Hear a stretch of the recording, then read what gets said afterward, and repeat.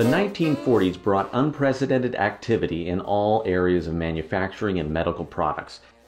FDA took on the responsibility for testing and releasing penicillin and insulin and became a clearinghouse for information on quality control testing of pharmaceuticals and vitamin supplements.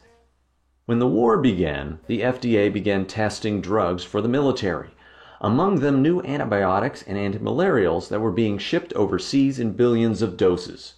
FDA also developed tests to detect new synthetic pesticides in the food supply. In the Public Health Service, the Bureau of Biologics became responsible for more vaccines and for safeguarding blood and plasma for injured troops.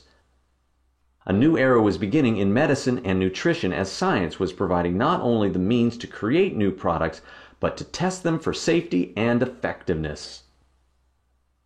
So on penicillin, which is the breakthrough for the industry, this was a very powerful drug, the most powerful drug up to the time, and the thing that made modern medicine was penicillin.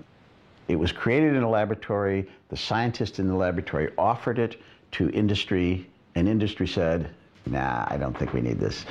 Maybe we can't patent it. Oh, we have to take it from this little mold and scale it up to huge vats. That's going to be complicated.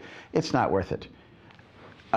Industry was very risk averse. So what happened is the scientists brought it to the US, and it was a government laboratory that did the work. They built it up from a little mold to 20 times more powerful drug in big vats, and it was ready for delivery and use in World War II.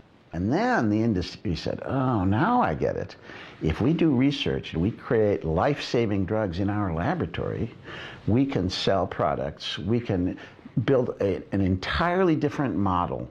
Not just this junk that everybody sells as patent, in a funny bottle, but really life-saving drugs.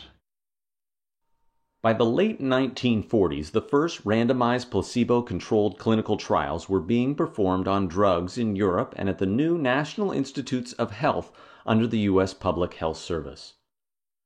Up until this time, the FDA had been a central point of information for health agencies. Starting in 1949, the FDA began publishing guidance to industry as well. FDA published its first guidance to industry, Procedures for the Appraisal of the Toxicity of Chemicals in Foods, sharing its methods for safety testing in animals. By the 1950s, FDA-style animal studies and NIH-style human clinical trials had become the new standards against which all new product data was being compared.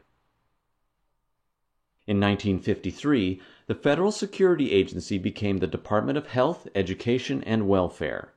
Industry, academia, and the FDA moved into a new age in medical science.